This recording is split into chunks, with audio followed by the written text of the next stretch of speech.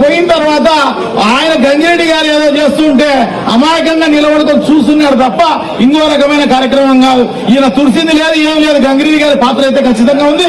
So అమాయకంగా ఆయన నిలబడుకొని పాపం ఈ విషయం ప్రజలందరికీ తెలియజేసే కార్యక్రమం ఫోన్ లో చేస్తూ ఆ కార్యక్రమం చేస్తున్నారు తప్ప. మన ఎమ్మెల్యే రవీంద్రనాథ్ రెడ్డి గారు ఏమంటారు, మన ఎంపీ గారికి ఎవరో ఫోన్ చేసి చెప్పారంట. ఫోన్ చేసి చెప్తే ఆయన పోయి అక్కడ చూస్తూ ఉన్నాడంట, ఆడ క్లీన్ చేస్తున్నప్పుడు చూస్తూ ఉన్నాడంట.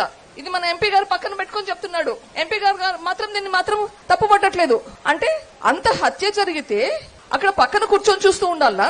అదా మీకు మీ రెస్పాన్సిబిలిటీ? అక్కడ క్లీనప్ చేస్తూ ఉంటే మీరు గమనం చూస్తూ ఉండరు. మీరేం పాలదాగే పిల్లోడా? మీకు బాధ్యత లేదా?